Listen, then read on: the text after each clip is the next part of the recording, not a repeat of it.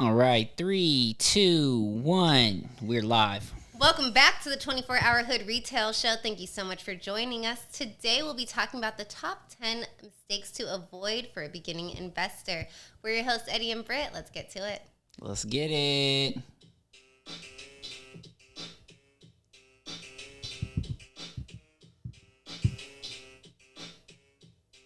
Subscribe, like, comment.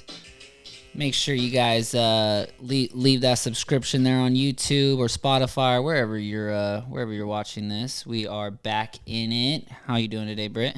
Feeling good, feeling great. We got to see what Hood is at. Let's check it out. $60.50. I love a healthy round number. I like that. Yeah, I like when the market closes and we hit this dark mode right here. We're down 2% on the day, but over $60 is amazing for Robinhood. It's been a very volatile time.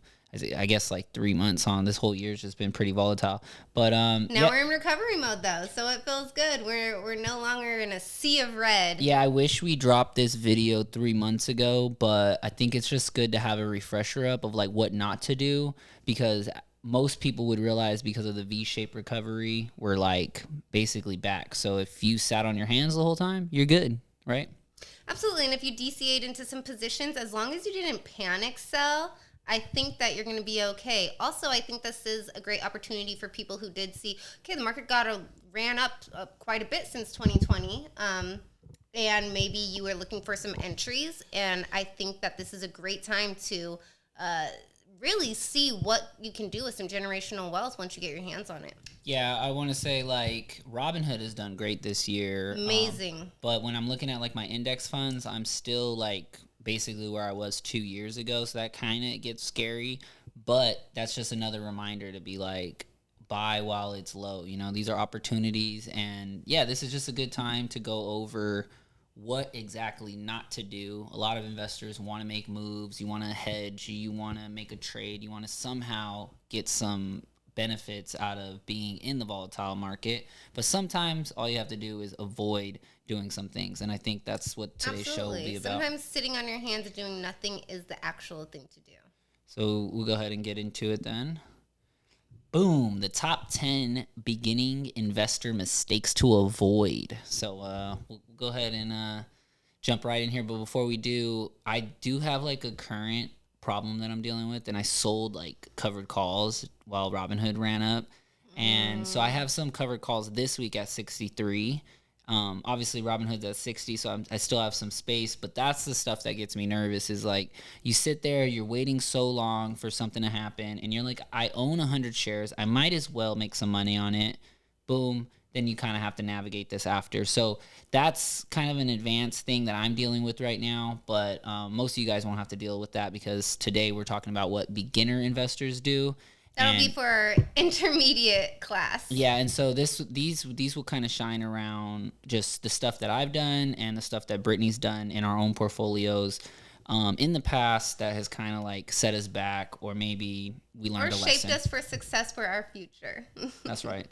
So let's start off with Without number one. Without further ado, paying high fees. This is an important one because most investors can't control a lot of their returns.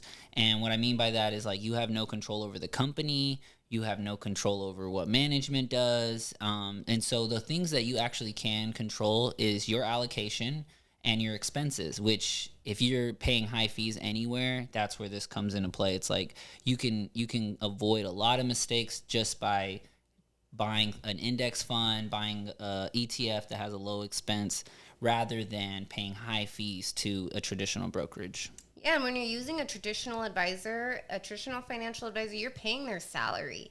I mean, you think about every single trade they're taking a commission. Every single move that you make with your money, they're getting a piece of that.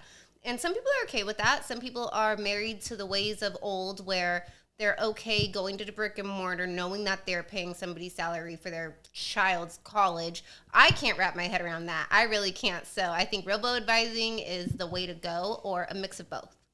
Yeah, no, I definitely agree. I feel like if you're paying the high fee, well, let's just start over. Back in the day, you had to pay money every time you wanted to buy and you had to pay commissions every time you wanted to sell. And this created a huge barrier to entry because if you were buying, and you couldn't buy fractional, so you're buying a whole share and you gotta pay this commission fee. What that commission fee, it doesn't go towards any of your investments. It doesn't compound for you. It just disappears into your advisor or your manager's pocket, like Brittany was saying. And so the first time that this was disrupted was Jack Bogle, and he created that Vanguard fund. So that was really cool. Was like, he came in, decided, I'm going to change the structure. It was a mutually owned managed fund, meaning like the investors own the fund. And it was the first time this structure was done, but it created these index funds, which are, we'll get into later, but it's basically the most powerful vehicle to compound money when you don't know how to invest. If you just want to keep up with the market, these Vanguard funds changed everything. Low commissions. It basically challenged everything that Wall Street did before, which is awesome. So I think that's something to bring up. And then this the second time that everything was disrupted was when Robinhood hit the scene. So they basically made it so that you had commission-free trading. Now, that, it wasn't free. It was just commission-free. And they basically got all these orders, and they get paid from payment for order flow by routing these trades to bigger brokerages. Now, that changed the game again. Now, everybody is doing this. So these are just two pivotal moments I want you to think. When we think about paying high fees, you definitely want to avoid this stuff. And the investing world is changing so that we could do better. And the fees are basically a tax on your money. So you're paying income tax. You're paying it every single time that you are making a move with your money, just like you're making earn to pay for it. It's not compounding. It's detracting from your compounding magic. Yeah, and even if it's just 1%, that might sound small. That can compound into millions over an investment career. So you're thinking like, at our age, we're probably going to live to 100. So you got 60 years of investment time. You're paying 1% management fees. I love that Robinhood changed this on their platform. If you want to invest and you don't want to do any other trading, you want someone else to manage it, they have a cap rate of, I believe it's 0.25%. And once you make over 100K, it's capped. You start getting basically free management. And that doesn't happen at other brokerages. The more money that you have with them, the more fees you pay, the more they're taking from you. And it shouldn't be that way. If you're basically making more money for them, they should find a way to pass that value to you. And I like that Robinhood does that. And if they do allow you to have a little bit of a break on the fees, usually it's, those fees are doubled after you hit 100K because it's going to compound so quickly. So Robinhood doing it completely opposite, they're going to have to follow suit. Yeah, I think so. You have Jack Bogle, you have Vlad Tenev. There will be some more people that enter into the investment space that change it with AI and crypto. But as of now, all eyes are on Robinhood because they are just disrupting the game every day. So let's get back to this list. Chasing dividend yield. This is one of Brittany's old habits. I wouldn't say it's an old habit. I would say that I really did get messed up on a few companies that I was chasing yield. I wasn't chasing their growth or really immersed in what the company was doing and how they were growing, how they were building. I was really focused on that dividend yield. And you want to make sure that you have good dividend yield, but more so that the company is growing. If the share price, the share price is going higher. Because if it's not, then that dividend yield doesn't really matter if you're negative 72% on that position. No, yeah, I definitely agree. If you're chasing dividend yield, it's hard not to look at that yield, right? And especially if, let's say, the stock of the company goes down, the yield increases. So it makes it feel more appealing, but you could get wrapped into it. I always start with aristocrats or dividend kings, or in a way to tell everybody what those are. It's just companies that have basically paid dividends consecutively for years or increased them for years. And so that's a good sign of like a healthy company. But once you start with those lists, you start looking at those dividend yields, and you got to like really find out what companies fit your portfolio best. Speaking of lists, we'll do a series on which companies to invest in to get a yield every single month of the year. That's a good one. So yeah, chasing dividend yield, never good. Always research your companies and such, right? So never chase those because the yield could get really high as the stock gets low, and you'll just be stuck right there. So don't do that. Stock picking. This is a great one. This is a big one for new investors. You think, okay, I like this stock, or I've heard people talk about this. I know many people are invested in that. Stock picking is not the way to go if you are beginning, because it's so volatile putting all your money into one stock versus putting it into an industry where you have a basket of stocks and index funds, whether it be utilities, gas, whatever industry you're basically saying, okay, I believe that this basket is where I want to put the money. I don't have to choose an individual company. For instance, you want to do semiconductors, maybe something with AI. You don't have to choose, okay, should I really build a position in NVIDIA, TSM, AMD, etc.? Or do I just want to invest in the industry as a whole? That you know that's going to grow. No, that's a good point. I would always say, like, well, one, everyone should be investing, right? Absolutely. And so if you're not stock picking, what does that mean? That means you're buying indexes or ETFs. Now, I would always recommend the S&P 500, which is, it's just a basket of the top 500 companies in America. But I do like what you're saying, Brittany, with when you get that itch to be like, I see a pattern, I see a trend, and I want to kind of hop on it, or I want to be exposed to it. Buying into an industry definitely diversifies everything, because instead of betting on one company, you're betting on 20 companies that are doing the same thing. Now, maybe one of them does better than the rest, but you have exposure to all of them just in case. And I do like that, because there's so many industries out here that are very risky when you're looking at like new companies. But when you look at them from a basket point, you really see the diversification and where the value can come from owning everything, instead of shorten it up this way. Instead of searching for the needle in the haystack, just buy the whole haystack. Great way to put that. Also, it's not a risk-free way to hedge your bets and manage your portfolio, but it is a way that is less risky to hedge your portfolio. Of course. Let's see. So don't stock pick. Go ahead and buy an index, buy an ETF. Learn about where the market's going before you start buying single stocks. Now, I do want to put a little hedge on here. My favorite portfolio is at least 50% indexes, and then the rest I start doing stock picking with. And what this does is it keeps you up with the market, but it also gives you a chance to pass the market every year. And it's like, when you're investing, everyone has that little egotistical voice in the back of their head that says, I could beat the market. And so just to make sure you don't make too much of a mistake, have a big exposure to some index funds, and then place your bets inside there. And I think it's safer. And I think safe companies to place your bets would be Hood. A company like Hood that is a proxy on the market. You're basically trading with how the market is doing. Is that financial advice? Not financial advice, just a suggestion. So we'll jump to the fourth one, buying at all-time highs. Ooh, this is such an important one, I feel like. I do like chasing my winners, but the thing is like, when you're chasing the crowd, that's when you need to slow your roll. Ooh, yes. Yeah, one thing that sticks out of mine is Grab. So one of our favorite YouTubers, his name's Amit. He found this company from another YouTuber named Sam, and they did a little bit of due diligence. But then it seemed like Financial Twitter, or Financial X, FinX, went crazy and set this stuff on like virality. So everyone was talking about Grab, and this company was amazing. Like, you look at it, you're like, they do everything in Southeast Asia, and in their geography, they kill it over there. And what happens is, like, everyone piles into these stocks, and then they're not like doing the research. They're not timing it properly. You're probably buying the all-time high, not realizing that there's so many outstanding shares, and there's debt, or there's acquisitions coming up, and earnings, and there's all these catalysts that can like set it up.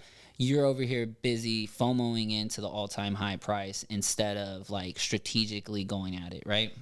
Yes, absolutely. And I also think that once you hear it on the timeline, you might be exit liquidity. A lot of these people have already built strong positions before they're talking about it publicly and waiting for retail or the street to catch up. Once they do, they're dumping, you might be stuck in a position that you don't want. So even if you do think that this could be a stock, if you don't want to hold this position and maybe try to catch some knives while it's going down, I would definitely not be purchasing at all-time highs. Yeah, be careful who you're getting this advice from because, like she said, you will end up someone's exit liquidity.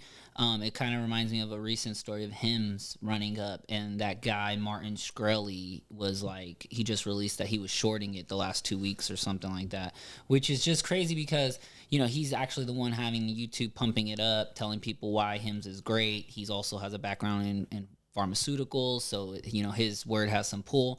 But that's exactly they'll tell you when to buy, but rarely are they going to tell you when to sell. Great point. So we got trading too frequently. Yeah, those fees, they build up, they catch up. Also, you don't want to get in trouble for day trading. And thirdly, I would say you're missing out on growth. Yeah, you thinking, okay, I got a few pennies here and there. You're missing out on time in the market. Yeah, and this goes back to kind of what I was saying. I can throw the covered calls in there. I know this is a beginning investor list, but if you do make a mistake, it probably is because you're trading too frequently. And I've made mistakes by executing trades that I shouldn't have while I'm like trying to like listen to what Brittany's saying, and I'm like playing on my phone. I've done the covered calls right before shit runs up. That always sets me back to like where I'm like, man, where would I be if I just held on to those contracts or didn't sell them, or maybe I waited a couple days to sell them. I would have a better premium. There's all this stuff that goes through your head when you start trading too frequently. When you start trading at like a good interval, I think you can get into a better rhythm and you make less mistakes.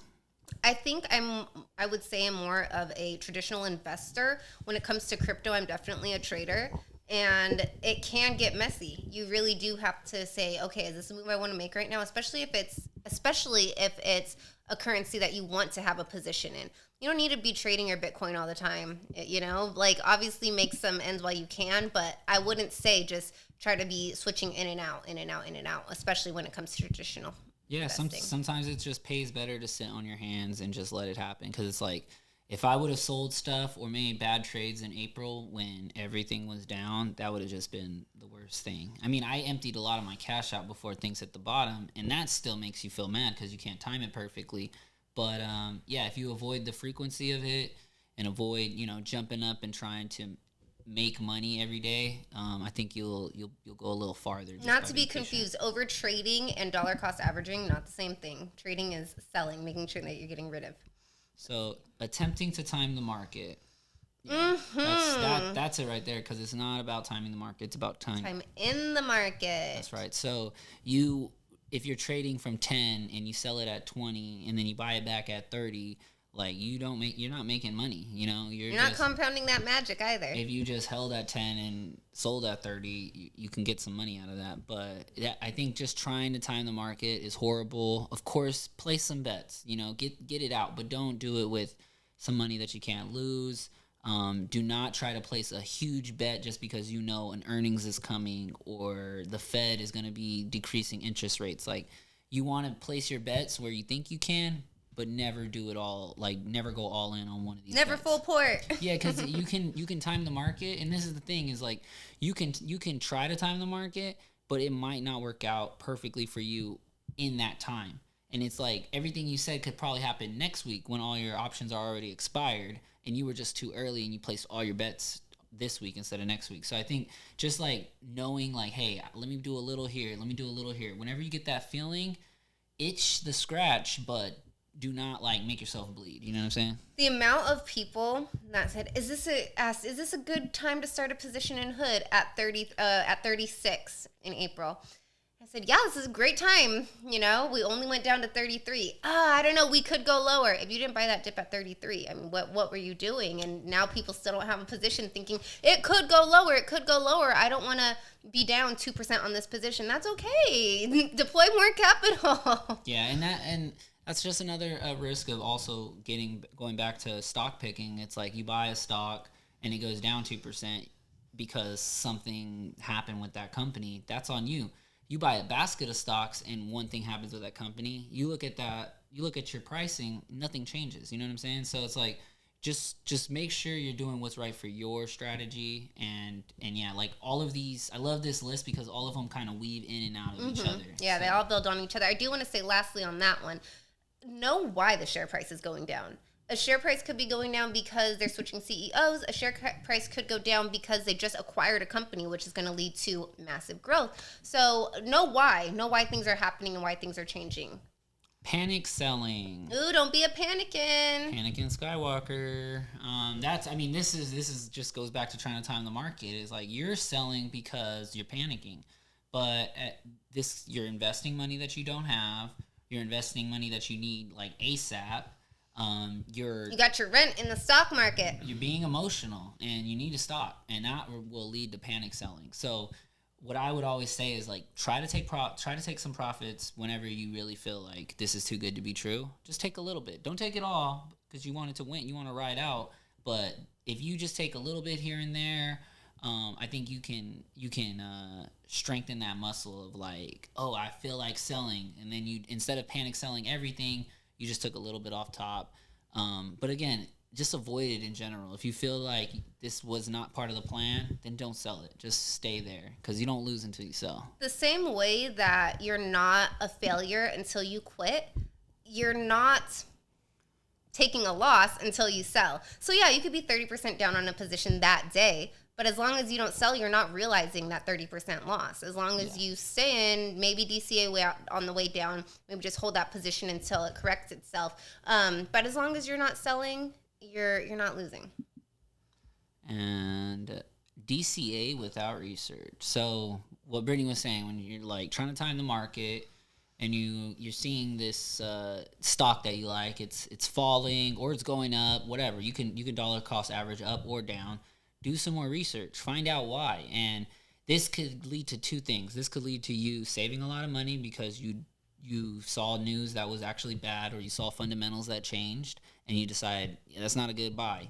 But this could also go in your favor too, and that's the part that really makes sense, where you see some panic in Skywalkers out there. They're selling, they're being bearish on the timeline, and you do some research and you go, nothing's changed. Matter of fact, this is very, very emotional. This is just an overreaction of the market. You do that, boom, you're able to execute. You can dollar cost average with like no fear, knowing things will be back to normal.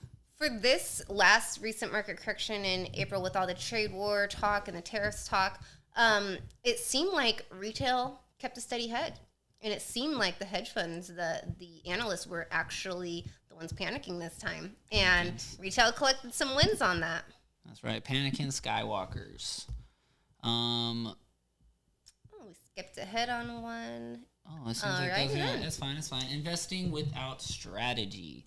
So this one's good because it's like you have to know your strategy, and it's like everyone has different stuff going on. Some people are investing for the 40-year long term. Some are trading for today. Some are trying to make some. So you might be listening to a day trader, and you might execute on something they say, but you're a dividend investor. You know, you're in your 60s and you buying dividends, or you're in your 20s and you're only buying growth stocks, but you're listening to someone else. Know your strategy, invest with your strategy, and avoid investing without a strategy. That's what I would say. So, when you're investing without a strategy, it really can lead you to copy trading quite a bit of the time. And everybody's situation is different. Everybody's risk assessment is different. Everybody's tolerance for time in the market, the amount. Obviously, if you have a wife and children that you know are going to be dependent on you, you have a very different situation than somebody who is maybe married with no children. So you need to know, okay, let's get to the number in mind. What number do I need to pull down monthly after I retire? You have to have that number. You have to know what you're working towards, when enough is enough, and when you're not allocated enough. You need to know what you need to deploy. Cost basis and focus on share accumulation. So avoid the cost basis. That's a trick that that's a trap that I am still working on to this day, just mentally. I mean, even though I will take action, I just know, oh man, the stock ran away from me. I really like the cost basis that I'm at right now. We are maybe 15% up from that. Do I want to wait and just hold, and fingers crossed that we get a pullback that I need so I can deploy? Or do I want to DCA here and there and just, gain that position?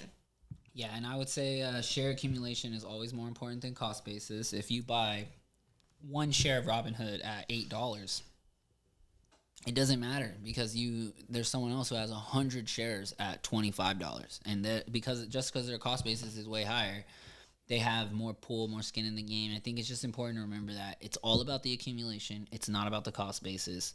I love that you say that. I was just speaking to somebody and I was like, oh, this person is such an amazing investor. How do I have a lower cost basis than them? Like, ha ha ha. And then me having 40 shares and them having multi hundreds of shares, like, that's not the same. It's not the same. So focus on share accumulation. Absolutely so important. And that runs it back for our list right there. 10 beginning investor mistakes to avoid. So we know there's a lot of beginning investors out there. Some people haven't even invested $1 yet, and I would say start now. Start with $1. Start with $5. Start with $10. If you have any bread, go ahead and do that. You want to take advantage of the tools and stuff that are out there. Robinhood Gold would be our number one recommendation. Absolutely, I think that is the best place for millennial, Gen X, Gen Z, all of the Zoomer generation. Yeah. I think this is the app for you. You want to be investing in your hand. You don't want to go brick and mortar. You want to utilize the fintech at your fingertips. Yeah, I think the velocity that Robinhood is giving us products is just, it's unmatched. They ship and ship and ship, and they have not let us down. Yeah, so go ahead and check out some of these gold perks right here. I mean, there's all kinds of them. Starts at just $5 a month. If you guys need a referral, go ahead and check the comments for Brittany and myself. And yeah, we'll see you guys on the next time. Subscribe, like, comment. Make sure you guys get that done. Bye.